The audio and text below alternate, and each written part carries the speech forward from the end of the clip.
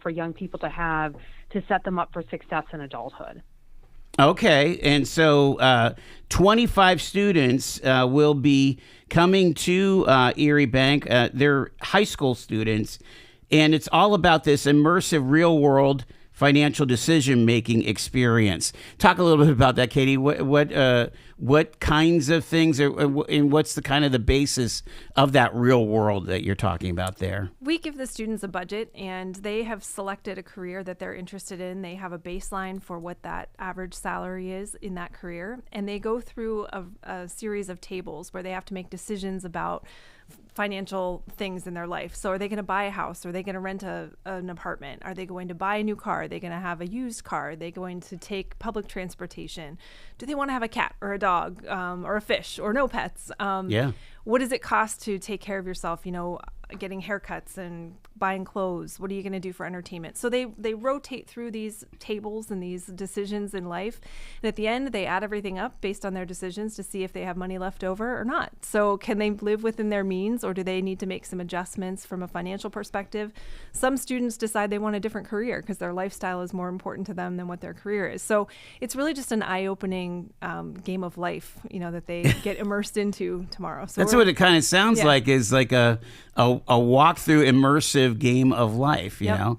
It's so funny that, people will even delay having a child, and significant decisions based on their financial capability or capacity, right? Yeah, and students don't always realize how expensive life can be. Groceries are expensive. Everything's expensive now, but going through this exercise really helps it to be an eye-opening experience, and you'll see light bulbs kind of go off with the students as they rotate through those stations. Danielle, you say the experiences like this show students what's possible. Do you feel like a lot of the students, wherever they're going to school, don't really understand the scope of what's available and what's possible?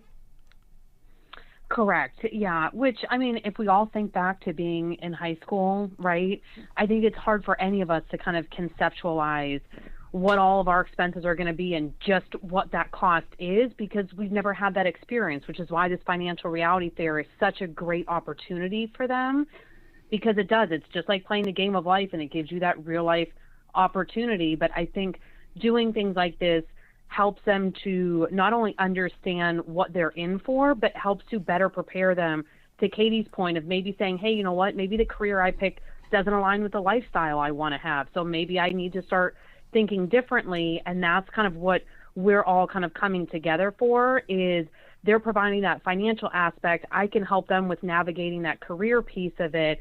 So it's just about kind of bringing back that village and offering as much support as possible to these young people. Alrighty, so this is starting right tomorrow, isn't it? It is. Tomorrow at 10 o'clock, I think, Danielle. You can correct me if I'm wrong.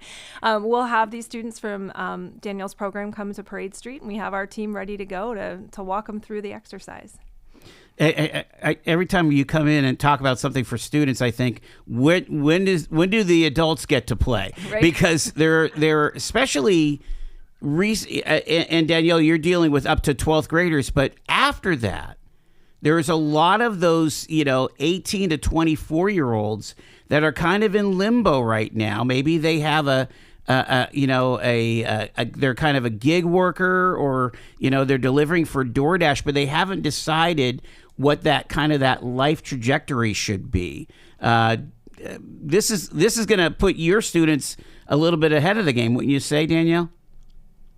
Yes, and to your point, we actually, outside of our high school program, we also have community cohorts that focus primarily on that 18 to 23 age range for exactly what you are talking about.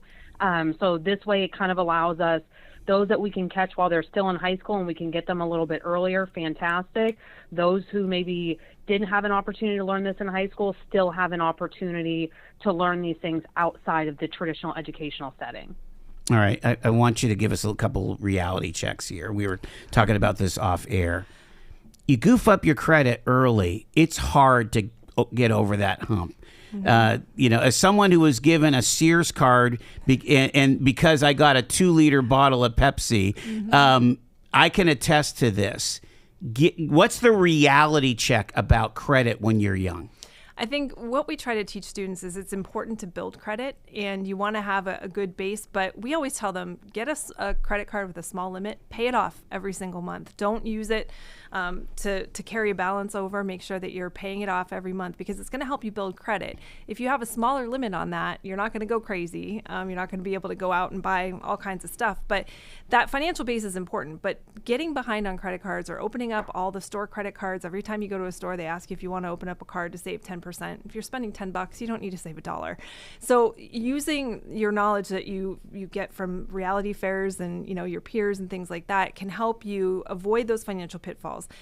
If you have poor credit, it's going to follow you through the rest of your life. It's going to impact what you're paying for rent, for car payments, for mortgages, for insurance. It really trickles down to everything. So catching everybody early is the most important piece. But we can also help people repair credit. If they've had some challenges, that's what we do at our Financial Education Center on Parade Street. We do that in all of our offices, but we have specific classes there at Parade Street to help with that kind of thing, and people that are specially trained to be able to help navigate through that. So there are ways to fix it, but the point of these reality fairs is to try to help people stay out of that trouble to begin with. And Danielle, talking about careers again, we want people to work out of their passions, to work out of their gift mix. Yet, if you're doing something artsy, sometimes it just doesn't pay. You might have to supplement that income, right? Is that what you're finding students are learning in a thing like a reality fair and other financial literacy opportunities? Correct. And that's why we focus a lot on teaching about budgets and understanding, hey, how do I make enough money to pay all of my bills? And sometimes that is exactly it is. Sometimes your passion doesn't pay the bills, and that's okay.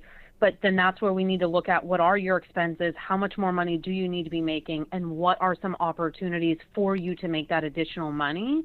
But definitely focusing on budget, so that way they have a real understanding of how much money is coming in versus how much money is going out that you're spending, or how much more do you need to cover all of your expenses. And to think about saving too for the future. Yes. Retirement, and just to have an emergency fund there because stuff happens. So I think we've talked about that. Yeah. If you put $25 a week away as a 20-year-old, you're a millionaire by 65. Yeah, it adds up very, very quickly. Yeah, the power of compound interest. Right. Just a couple more things, because this is really important for kids to understand. The idea of like what we were saying, vocation and an avocation. Sometimes you need to work in order to be able to play in that band, you know what I mean? Or to pursue your passion in art or in something as a writer or something like that. Sometimes you have to work at the plant or at the retail establishment. I did want to ask you, Danielle, do these kids get any kind of a skills evaluation, like a skills finder or a strengths finder kind of tool, or they find out about themselves? Yeah, so we actually utilize, it's run through the government, it's called ONET, and they have the ability to do kind of a skills assessment. Granted, it's them answering questions, so it really depends on how they choose to answer those questions. But once they get through those series of questions, it comes back and lets them know, based on their answers, here are the careers that kind of align with what you are interested in doing. It also provides them an outlook to know, like, hey, what are the job opportunities look like in this career? And it also shows them what the median salary might be for that. Sometimes that can be the eye-opening experiences. Hey, it might come back with something that they're really interested and passionate in, but then they might see that the outlook isn't great and the pay doesn't look so great either. Yeah. And when we've done that in class, I've seen some of them go back through and decide, like, no, maybe I need to pursue something else, because as much as I love this, from what this is telling me, I'm probably not going to make enough money to live off of this. It's a financial reality fair at ERIEBANK for members of the Future Focus Academy high school program at Community Country Day School tomorrow. And again, anytime you could call Katie and her colleagues at ERIEBANK for if you're dealing with some financial realities that you need some help with, right? That's right. Yeah. Yep. Give us a call. All righty. Thank you, ladies. Katie Jones, Danielle Randall from the Future Focus Academy. Appreciate it very, very much. Thanks, Joel. You got it here. We're Thank moving you. along. You got it. We've got more ahead here. It's Talk Erie and the Joel Natale Show on quite a busy Monday afternoon. Stay with us. 346.